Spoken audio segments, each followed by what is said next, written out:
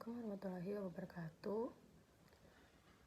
Perkenalkan, saya Desy Ayu Maranggana ingin mempresentasikan pengaruh citra merek dan kualitas produk terhadap kepuasan konsumen di McDonald's Karang Satria.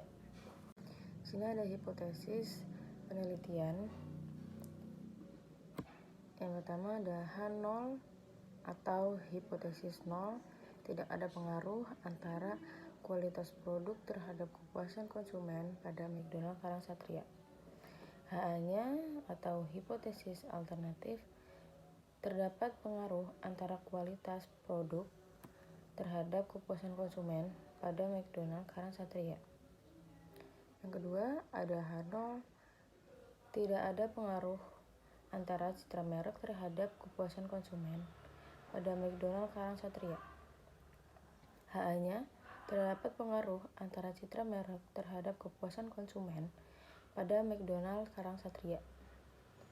Yang ketiga, H0, tidak ada pengaruh antara kualitas produk dan citra merek terhadap kepuasan konsumen pada McDonald's Karang Satria. HA-nya, terdapat pengaruh antara kualitas produk dan citra merek terhadap kepuasan konsumen pada McDonald's Karang Satria. Di sini ada definisi konseptual variabel-variabel.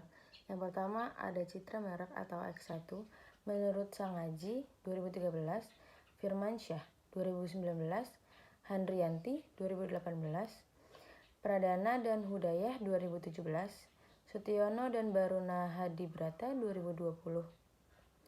Yang kedua ada kualitas produk atau X2.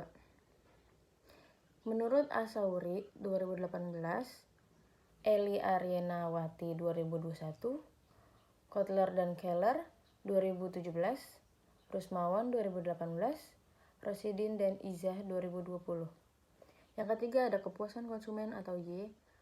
Ada menurut Fatihudin dan Anang Firmansyah M 2019, ada Widya Ninggar 2015, ada Daryanto dan Ismanto Setiabudi 2014, ada Sangaji 2013, ada Ciptono dan Chandra 2014. Di sini ada kisi-kisi instrumen. Yang pertama, indikator citra merek atau X1, ada kekuatan merek, keunikan merek, dan keunggulan merek. Yang kedua, indikator kualitas produk atau X2, ada bentuk, fitur, kinerja, kesan, kualitas, ketahanan, keandalan, kemudahan, perbaikan, gaya, desain. Yang ketiga ada indikator kepuasan konsumen atau Y, ada citra rasa, penampilan, beda porsi, ketepatan waktu, kebersihan. Di sini ada hasil data umum responden. Yang pertama ada jenis kelamin, ada perempuan dan laki-laki. Jumlah perempuan 58%, persennya 53,2%. Laki-laki jumlahnya 51%, persennya 46,8%. Yang kedua ada usia responden. Yang pertama ada di usia 13-18 tahun, jumlahnya 5, persennya 4,6%. Yang kedua ada 19-25 tahun, jumlahnya 90, persennya 82,6%. Yang ketiga ada 26-35 tahun, jumlahnya 12, persennya 11,0%. Yang keempat ada 36-45 tahun, jumlahnya ada 2, persennya 1,8%. Yang kelima lebih dari 45 tahun, jumlahnya 0, persennya pun 0. Yang ketiga ada pendidikan terakhir responden. Ada SMP, SMA, SMK, D3, S1, S2, atau S3. Yang pertama ada SMP, jumlahnya 4, persennya 3,7%. SMA atau SMK, jumlahnya 72, persennya 66,1%. Ada D3, jumlahnya 5, persennya 4,6%. S1 atau S2 atau S3, jumlahnya ada 28, persennya 25,7%. Yang keempat ada pekerjaan responden. Yang pertama ada PNS, jumlahnya 3, persennya 2,8%. Yang kedua ada pegawai swasta, jumlahnya 28, persennya 25,7%. Wira swasta, jumlahnya 11, persennya 10,1%. Keempat ada pelajar atau mahasiswa, jumlahnya 65, persennya 59,6%. Yang keenam ada ibu rumah tangga, jumlahnya 2, persennya 1,8%. Yang kelima ada domisili responden. Yang pertama ada Kabupaten atau Kota Bekasi, jumlahnya 84, persennya 77,1%. Yang kedua ada di luar Kabupaten atau Kota Bekasi, jumlahnya 25, persennya 22,9%.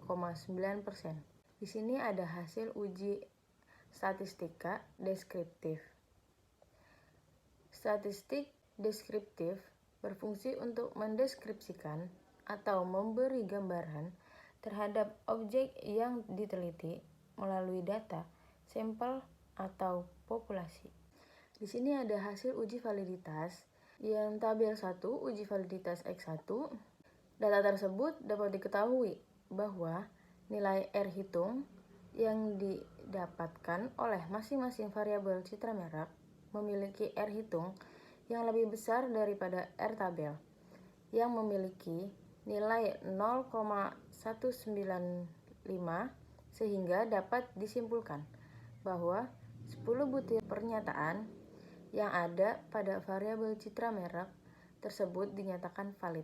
Yang kedua ada uji validitas X2.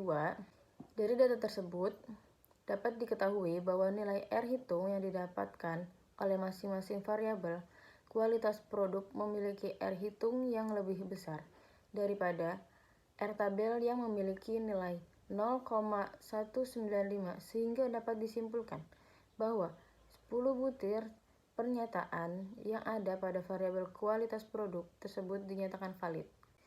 Yang ketiga ada uji validitas Y. Dari data tersebut dapat diketahui bahwa nilai R hitung yang didapatkan oleh masing-masing variabel kepuasan konsumen memiliki R hitung yang lebih besar daripada R tabel yang memiliki nilai 0,195, sehingga dapat disimpulkan bahwa 10 butir pernyataan yang ada pada variabel kualitas produk tersebut dinyatakan valid. Berikut ada hasil uji reliabilitas.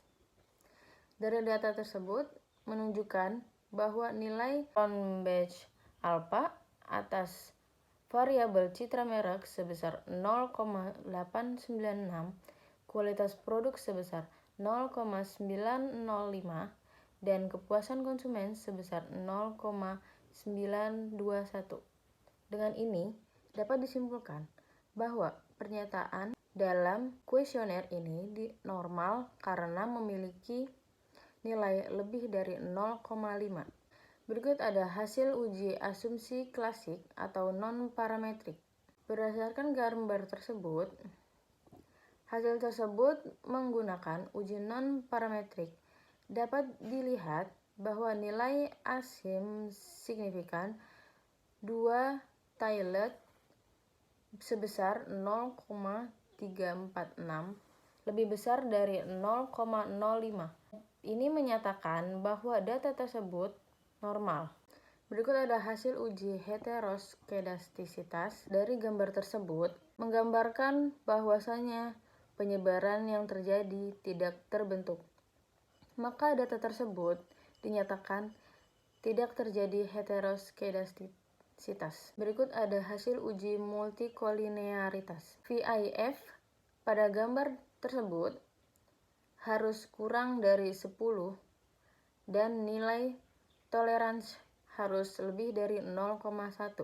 Maka diketahui bahwa nilai VIF pada variabel citra merek dan kualitas produk adalah 5,339, lebih kecil dari 10, dan nilai toleransinya adalah 0,1 187 lebih dari 0,1. Berikut ada hasil uji korelasi. Dari hasil uji korelasi menyatakan bahwa variabel X1 dan X2 mempengaruhi variabel Y sebesar 0,815 atau 81,5% dapat dilihat dari kolom R-square. Selanjutnya ada hasil uji regresi linear sederhana. Gambar tersebut membandingkan nilai T hitung lebih besar dari T tabel dan nilai sig-nya kurang dari 0,05. Cara menghitung T tabel: sig dibagi 2 dan N dikurang K sama dengan 0,05 dibagi 2, 109 dikurang 2 sama dengan hasilnya 0,025 dan 107. Dan dapat dihasilkan T tabelnya sama dengan 1,982. Berikut ada hasil uji regresi linear berganda. Dari hasil tersebut, membandingkan nilai F hitung lebih besar dari F tabel dan nilai sig-nya lebih kecil dari 0,05. F tabel sama dengan df N1 atau jumlah variabel bebas dan df N2 atau jumlah sampel dikurang jumlah variabel bebas dikurang 1 sama dengan 2 dan 109 dikurang 2 dikurang 1 sama dengan 2 dan 106. Nilai F tabel yang diperoleh adalah 3,08.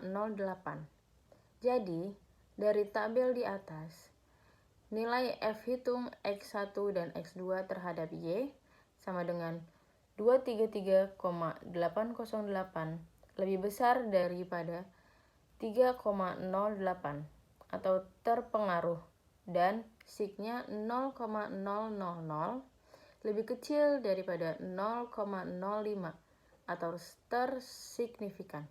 Sekian presentasi dari saya, kurang lebihnya mohon maaf.